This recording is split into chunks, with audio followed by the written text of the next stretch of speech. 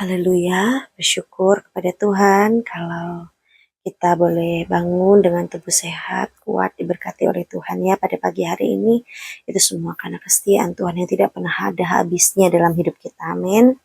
Sebelum kita menjalani hari ini, saudara, saya rindu kita sama-sama mau merenungkan kebenaran firman Tuhan ya. Yang pada pagi hari ini saya beri judul pemeliharaan Tuhan. Saya akan ambil di dalam Mazmur pasal yang ke-121 ayat yang pertama sampai ayat yang ke-8.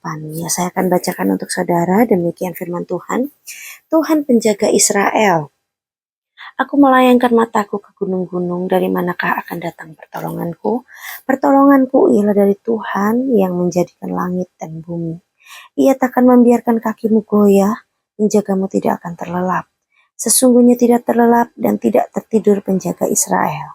Tuhanlah penjagamu, Tuhanlah naunganmu di sebelah tangan kananmu. Matahari tidak menyakiti engkau pada waktu siang atau bulan pada waktu malam. Tuhan akan menjaga engkau terhadap segala kecelakaan. Ia akan menjaga nyawamu. Tuhan akan menjaga keluar masukmu dari sekarang sampai selama-lamanya. Puji Tuhan, luar biasa saudara. Janji Tuhan dalam kehidupan kita itu begitu indah bagi orang-orang yang mengasihi Tuhan. Pemeliharaan Tuhan sempurna di dalam kehidupan kita. Amin.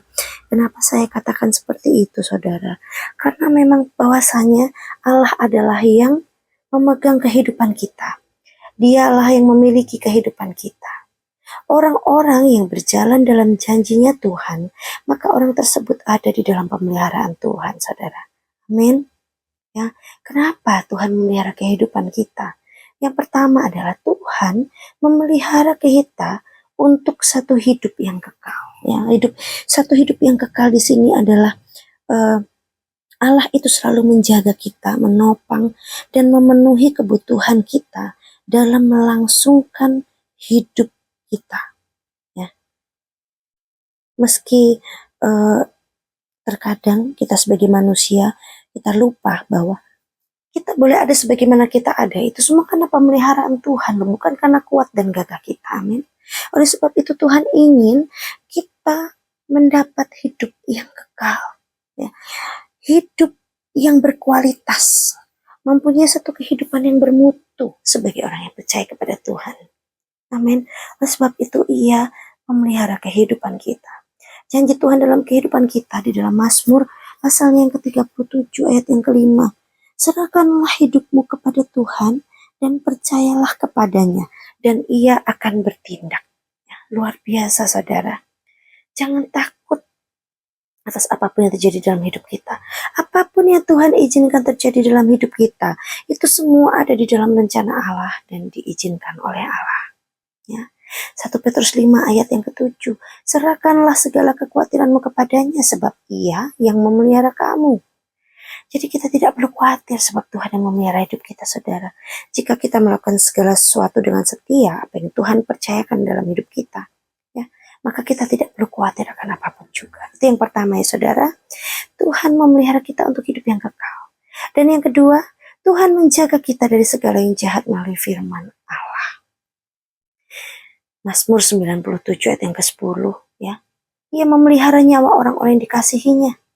Orang-orang yang dikasihi Tuhan adalah orang-orang yang berpaut dan berharap kepada Tuhan.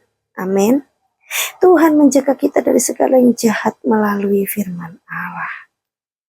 Dialah yang luar biasa. Yang kedua. Yang ketiga, ya. Tuhan memberikan jalan keluar bagi orang-orang yang percaya kepada Tuhan. Ya, sebagai manusia kita ini terbatas, saudara. Terkadang kalau kita kecentok satu masalah ini, kita serasa sudah nggak ada jalan keluar lagi. Padahal sebenarnya Tuhan itu memberikan jalan keluar, ya. Sebab Dia yang menjaga kita. Kalau dikatakan tadi, janji Tuhan begitu luar biasa, kita tidak perlu khawatir. Mazmur 121 ayat yang ke-5, Tuhanlah penjaga kita dan naungan kita. Amin. Penjagaan manusia itu terbatas, tetapi penjagaan Tuhan itu sempurna dan tidak terbatas, saudara.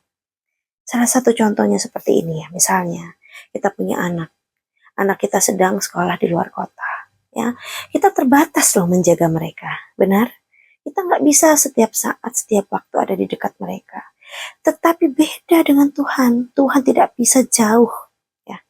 Tuhan selalu ada bersama dengan mereka. Tuhan menjagai mereka, memberkati mereka, memelihara kehidupan anak-anak kita. Amin. Kita tidak bisa, kita terbatas, tetapi Tuhan tidak terbatas. Amin, saudara. Ulangan 10 ayat yang ke-14. Yesus itu adalah yang terbesar. Ya. Ia mengatasi langit dan bumi dan segala isinya. Ayub 12 ayat yang ke-10. Di dalam tanganmu terletak nyawa segala orang yang bernafas. Amin. Biarlah kita senantiasa menyerahkan segenap kehidupan kita ke dalam tangan Tuhan. Sebab Dia yang empunya segala yang ada di bumi dan di surga. Amin, saudara. Tidak perlu khawatir. Penjagaan Tuhan itu luar biasa. Efesus 2 ayat yang ke-10. Karena kita ini buatan Allah, diciptakan di dalam Kristus Yesus untuk melakukan semua pekerjaan yang baik yang dipersiapkan oleh Allah sebelumnya. Amin. Dia menjadikan kita orang yang berharga di mata Tuhan. Dia memelihara segenap kehidupan kita. Janji Tuhan begitu indah dalam kehidupan kita. Jangan putus asa dalam menghadapi segala sesuatu, saudara. Berharap dan berserah kepada pemeliharaan Tuhan. Dia yang memelihara hidup kita. Dan Dia yang bertanggung jawab atas kehidupan kita. Amin. Sebagai ayat yang terakhir, Mazmur pasal yang ke-55, ayat yang ke-23. Ya, di situ dikatakan, serahkanlah khawatirmu kepada Tuhan, maka Ia akan memelihara engkau. Tidak untuk selama-lamanya dibiarkan orang benar itu goyah. Amin. Engkau Allah yang luar biasa. Puji Tuhan, Yesus sanggup menjadikan yang tidak ada menjadi ada. Menjadikan yang lemah menjadi kuat. Menjadikan yang sakit menjadi sembuh. Menjadikan yang sedikit itu menjadi banyak. Ya. Karena tidak ada yang dapat menghalangi kuasanya. Di dalam orang-orang yang percaya dan takut akan Tuhan. Puji Tuhan, demikian firman Tuhan pada pagi hari ini. Mari kita berdoa. Bapa yang baik dan penuh kasih, kami datang kepadamu pada pagi hari ini. Kami mengucap syukur atas anugerah kehidupan yang Kau berikan. Biarlah firman-Mu menjadi pedoman bagi hidup kami, agar hidup kami senantiasa berkenan bagi-Mu. Kami mohon penyertaan Roh Kudus agar kami mengerti kehendak-Mu. Pimpinlah kami ya Roh Kudus. Berikan kami hati yang kuat dan tenang, karena hanya Engkaulah tempat perlindungan yang tentram. Terima kasih Tuhan, terima kasih.